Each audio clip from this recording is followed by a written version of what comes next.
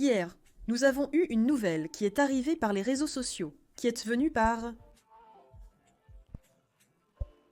disant que tout le monde avait été licencié. La vague de licenciements est passée, et tout le monde a été renvoyé.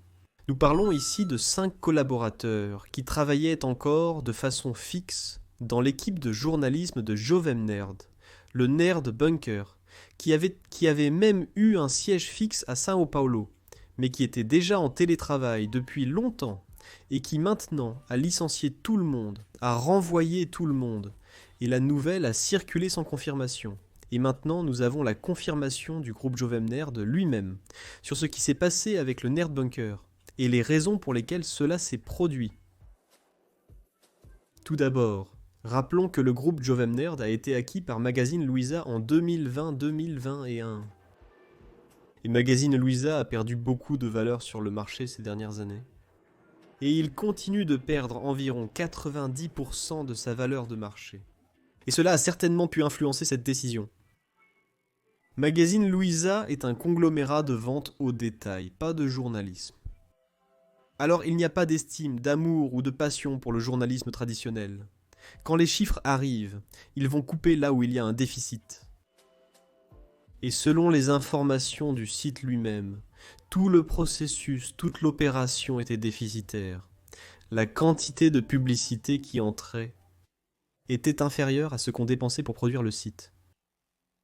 Et là, on licencie du personnel.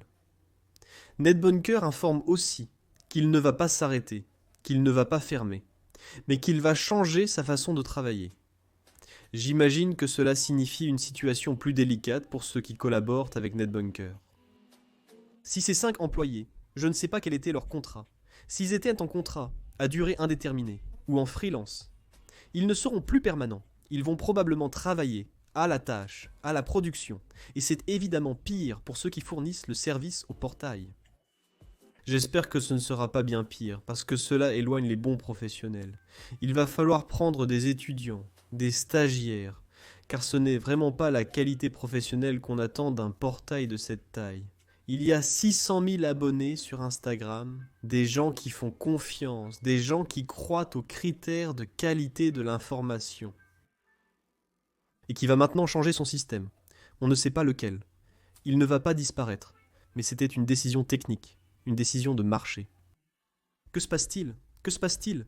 Ce n'est pas quelque chose de spécifique à Jovem Nerd, un magazine Luiza, ce n'est pas une chose qui n'arrive qu'à Nerd Bunker.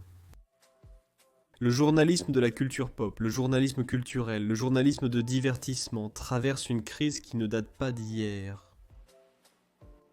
Il y a une chute constante, année après année. Le journalisme culturel est de plus en plus écrasé par des productions de contenu beaucoup plus spontanées. Donc, le journalisme de jeux vidéo perd du terrain face aux gamers qui créent du contenu. Alors quand la source commence à produire du contenu et à avoir son propre média pour diffuser ce contenu, elle n'a plus besoin de portail. Le portail devient un obstacle. Il devient une étape supplémentaire avant que l'information n'arrive au public. Ce que le public aurait comme avantage avec le portail, c'est le filtrage de cette information, pour qu'elle arrive avec rigueur, avec qualité, avec clarté. Et cela est en train d'être essentiellement abandonné par le public. Parce que le public et la production de contenu pour ce public se divisent armés de plus en plus entre fans et détracteurs. Donc il s'agit d'un profil de fan club. Donc le fan club de A et le fan club de B, l'un se disputant avec l'autre, chacun produisant son propre contenu. Et là, si tu es fan, tu vas ici, si tu es un hater, tu vas là. Qui veut une analyse plus impartiale, très impartiale, est en train de disparaître. Et cela écrase les portails qui restent entre ces deux grands flux de contenu, qui sont des créateurs de contenu amateurs, mais qui ont une communication directe avec le public. Ils n'ont plus besoin du journaliste pour livrer leur contenu.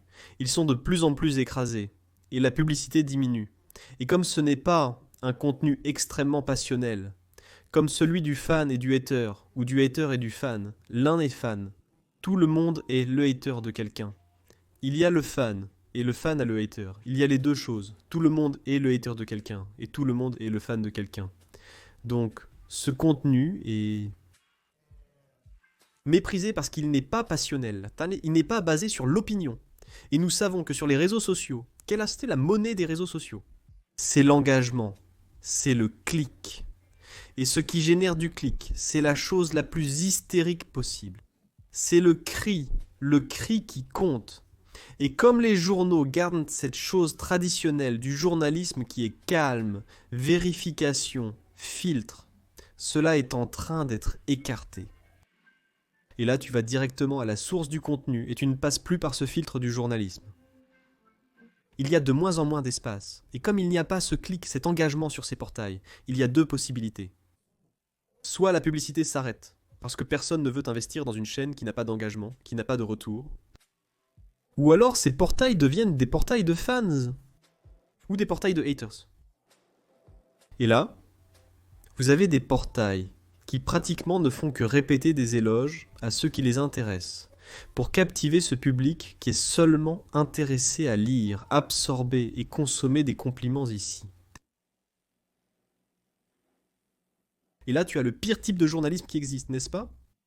Ce journalisme de complaisance qui prend le communiqué de presse, le traduit simplement et le publie. Sans critique, sans prise de position, sans analyse.